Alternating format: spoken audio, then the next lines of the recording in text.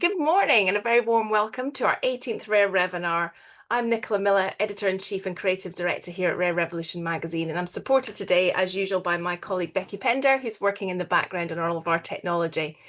I'm really looking forward to today's discussion. We've got a really great lineup, and I'd encourage anyone to take advantage of our Q&A function to ask any questions or leave comments, which we'll endeavour to get to at the end. So please do drop those in throughout the session, and we'll get to as many as we can.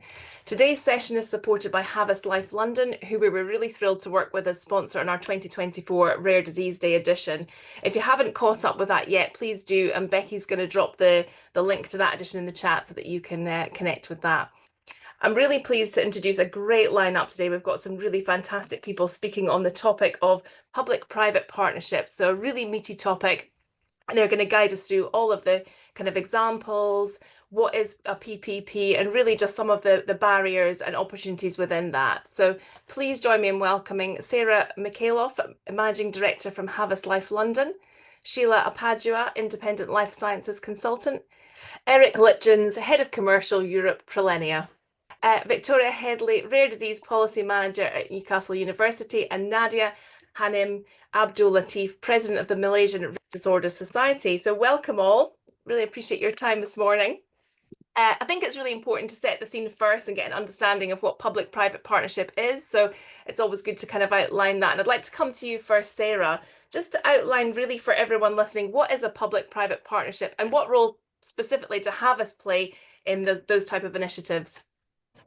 Thank you, Nicola. So, hi, everybody. I think just to kind of set a little bit of the context when we're talking public-private partnerships, I mean, ultimately, it's a collaboration between government, public sector organisations and private organisations such as pharma or academia. So I think it's really important when you're trying to make any change within this kind of industry around pulling together the resources, not only financial and funding, but also skill sets. So making sure that all these parties can work together to achieve a common goal, such as improve services, research efficiencies, or access to treatments. From a Havas perspective, so we're an agency network and we partner a lot with pharma clients, but also we're engaged with public sectors and charitable organisations. So we deal with multiple stakeholders across that kind of product life cycle and also from a healthcare infrastructure perspective. So from all the way from medical data generation and access through to commercial and corporate communication. So we're kind of positioned in the middle as a little bit of a facilitator to play a strategic and creative role in those public-private partnerships. And I think when we do talk about PPPs, there is a very strong focus on funding and research and treatment development, as there should be, but also looking at a growing need around more creative solutions. So areas around education, communication, integration of technology and AI, just to help on disease awareness, health literacy, all the way to things like improved diagnostic tools. So, you know, as a Havas member, we really look at that kind of 360 solution across discipline and across borders to give a bit of a meaningful perspective to see on how we can help with that management of change in this area. Brilliant. Thank you, Sarah. Something that I know a lot of people will be thinking about, and within the context of healthcare, obviously there's a fine balance between industry supporting and influencing. Eric, can you kind of talk us a little bit about how industry can support patient groups compliantly? And I know we're going to deal and sort of delve into the compliance in a bit more detail, but if you could give us a bit of an overview of that. And thank you for that question. I think there's the compliance side and there's also the perception side. They're not always fully overlap. And I think if you as industry, you have to always ensure that you safeguard the integrity and the independence of patient organizations. And sometimes that can be hard. If you are the sole pharmaceutical company that is developing a therapy in a disease where you're the only one, and you then typically become the sole sponsor of certain events of a patient organization. I think you really have to be careful that also, whilst it may be compliant, that you also do not create a perception that by doing that, you have an undue influence over that patient organization. So, and that sometimes can be slightly difficult conversations to have with an organization. So whilst you really want to support them and want to sponsor some of the fantastic initiatives that they often develop, it is important that you're not the sole sponsor in those cases, because then it's only your name attached to it. And so I think that is one part that can sometimes be a little bit difficult, and that you together have to navigate, and that requires often a lot of open and very transparent discussions. I think also when you have a good relationship and when you're not the only one, not every pharmaceutical company is as engaged with the patient organization as the other. So I think also you need to look at yourself. So whilst you may have fantastic ideas and you have a lot of energy, and the relationship is really going well, you have to be careful that you don't run over them in that sense, or that you are the one behind all the initiatives. So that also, again, goes to undue influence. That may be not so visible, but I think you have to safeguard that also to a high extent. And then when it also comes to providing advice, because I've worked in a few diseases where there was nobody else working on them, or there were very few other companies, and then in discussions, you're often asked, like, can you give us an example of, or the question is often asked, what should we be doing, or what can we do better? And I think you can act, or you can act as a signal post for that, but you should not start to tell organizations, even though it can be very, this comes with good intentions, but you have to be very careful that you don't start to creating their agenda for them, but that you can act as a signal post and say, okay, these are examples of the past that could be applicable to you, or that may not look applicable, but there might be things in here that could be applicable, or if you think about it, you could turn them into something that could help you along. It's a delicate balance, as you say, that you have to maintain, and it's not always easy, because I think apart from the often business relationship that you have with an organization, as you work with people longer, you also get a personal relationship, and that can be tricky to navigate. So transparency, I think, is absolute key, and authenticity. Absolutely. And I think really interesting what you said there about perception, because actually that is quite a big piece of the puzzle here, isn't it? Really understanding that it's not just straightforward black and white compliance. There is that matter of perception, which everyone is influenced by. Just as a little add-on to that, Eric, is that usually, is it usually a good conversation that people would have at the start of projects, setting out the boundaries of what influence looks like and understanding what the kind of guardrails are? Do you find that people are typically having those conversations early on? Let's say in the teams that I've worked in, we always prefer to have these discussions early on to set also the expectations of how we were going to work together. But as cooperation intensifies, or you get more involved in projects, this is something that you need to repeat on a regular basis. And also, where does your involvement end in the project? Because I think you have to, you can kickstart something together, but I think you also have to bow out gracefully and leave it to the community to pull these projects to the next level. You cannot be the driving force, or seen as the driving force, not at the beginning, but certainly not forever. So I think this is an ongoing dialogue, and as I said, it's an ongoing dialogue. Set the expectations from the beginning, but keep repeating them, and again, keep an open and transparent conversation going. Yeah, absolutely. And Sheila, coming to you, obviously it's a rapidly emerging space, but are PPPs still really important? Can academia and patient groups, can they do it without industry involvement? What's your thoughts on that? We see some examples where people are kind of leapfrogging the normal relationship, but what does it look like, do you think? I think if I reflect, even today, we still talk about 95% of rare diseases not having opportunities and therapeutic options. And I think both Sarah and Eric have touched on the fact that it's not just about treatments, it's much, much more than that. And we need to be acknowledging that partnerships, public-private partnerships, can absolutely add masses of value. So there's perceptions and there's kind of views that academia do a really great job, patient organizations do a fantastic job, but they sometimes can stall in kind of moving things forward. So they might have a great idea, but they can't necessarily bring it to fruition. And it's not because they don't want to, it's because they may not have the skill sets.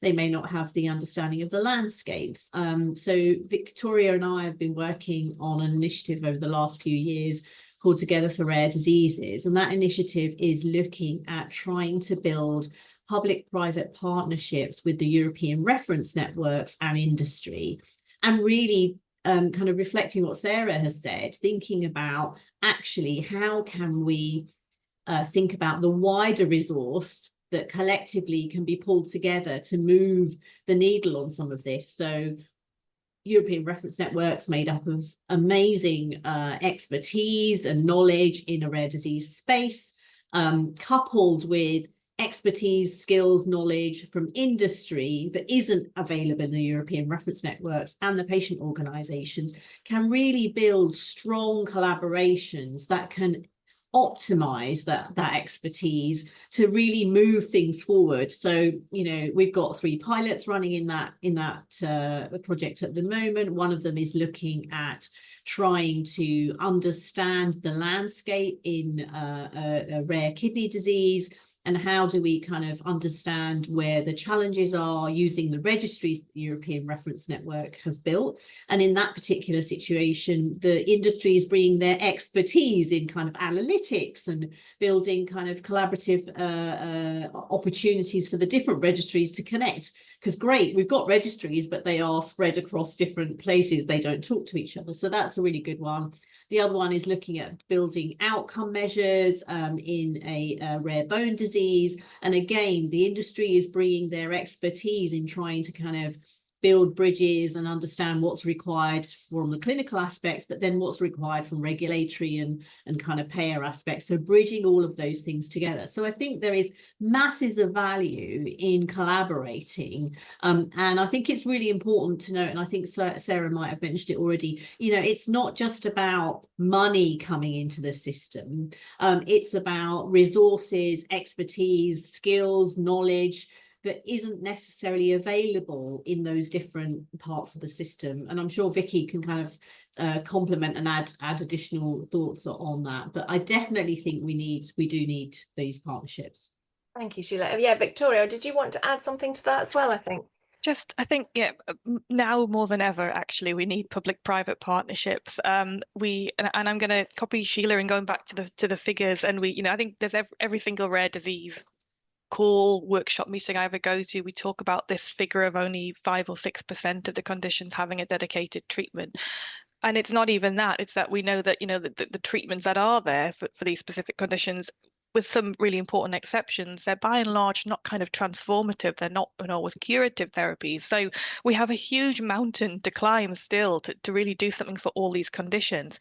And absolutely, so I'm not an academic myself, but I'm rooted in a university, and academics and patient organizations, more and more are, getting involved and rolling up their sleeve and doing great work, for instance, around repurposing medicines.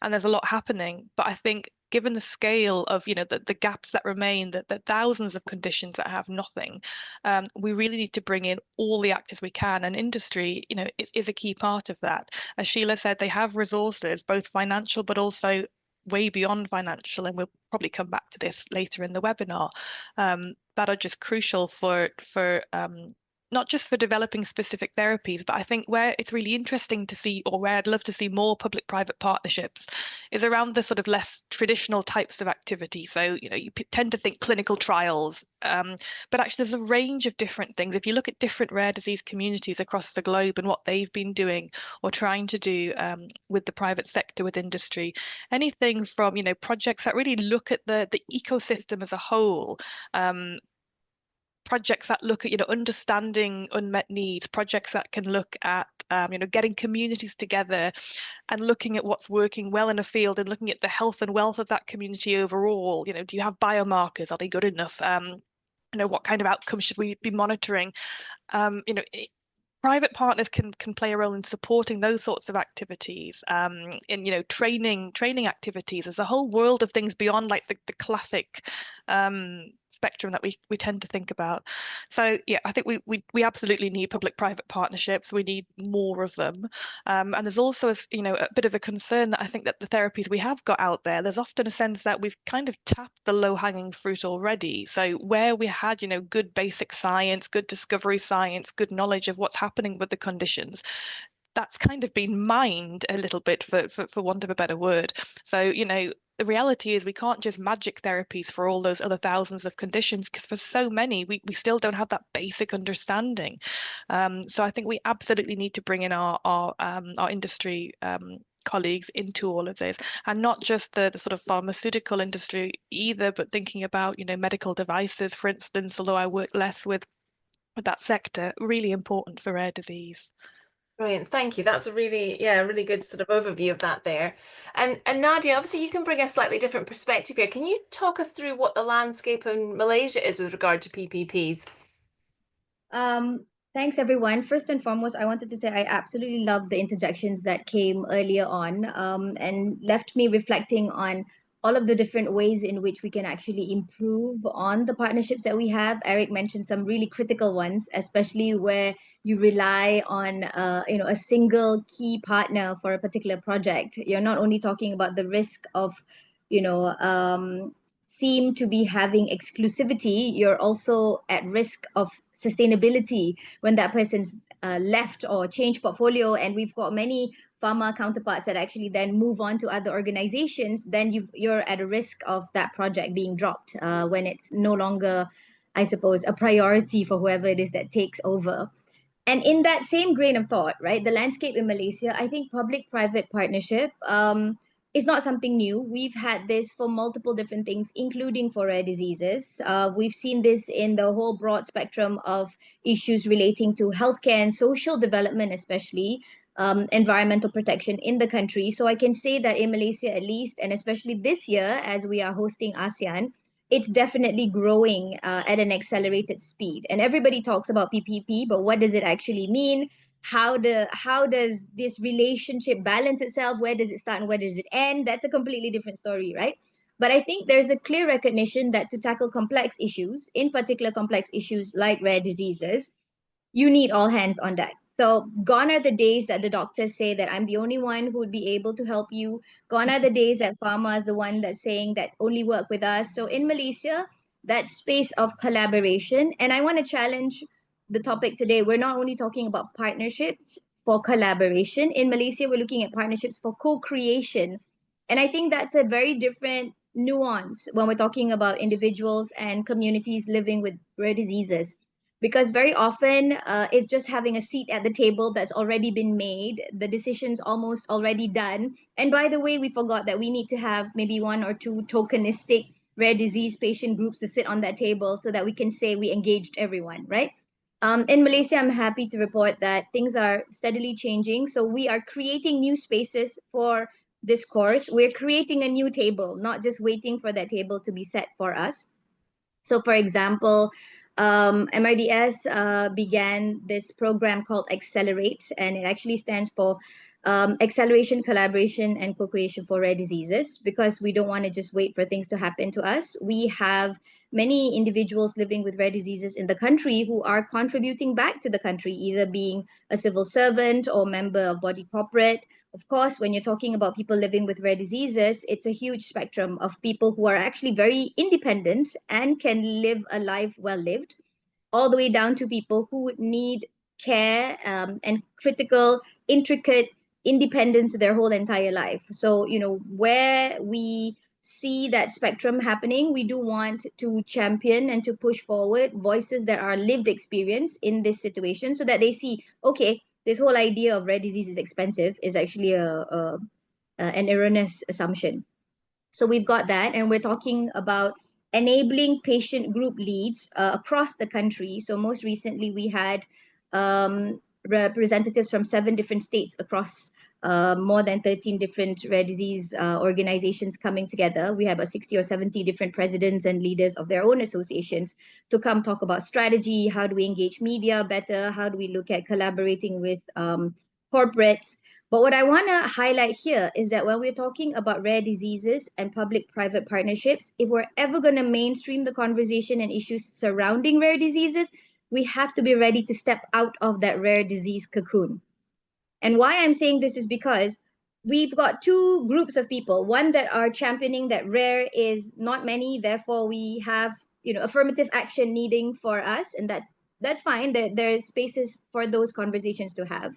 And then there's another huge conversation talking about rare disease rights are like any other human right. You want the opportunity for access to affordable, sustainable, available medical care. If you're talking about UHC, that doesn't hurt the pocket. You're also talking about access to inclusive education, inclusive employment, opportunity for societal participation. And these are things that are not special to rare disease. It's what everybody in the world needs. So for PPP in Malaysia specifically, MRDS is a member of many other groups that are not specific to rare disease, but are related to things like social development, environment, healthcare protection, because then we come in a larger group that talks about this is not just a special niche group asking for help. It's something that every single Malaysian and every single person living on this earth has the right for a life well lived. And so that's why I think it's important to highlight that when we're talking about collaboration, don't limit ourselves to collaboration just relating to orphan drugs, just relating to diagnosis and access of care. We need to talk about the whole life course. So it's everything from diagnostic to awareness to rehabilitation to inclusion to innovation to palliative care, mental health, looking what happens after. So with that, that really opens the space of play to a more dynamic, to a more colorful, to a less restrictive area of what can actually be done and what sort of impact can actually be achieved. I'll pause there first. Oh, I think you've just described the holy grail of PPPs, and I really love your distinction there about co-creation, because I think that is absolutely paramount, isn't it? And really also the importance of stepping out of rare. I think that's just such a vital thing. We can become quite insular and siloed, and that ability to go beyond is so important. Thank you so much, Nadia. It was really, really helpful.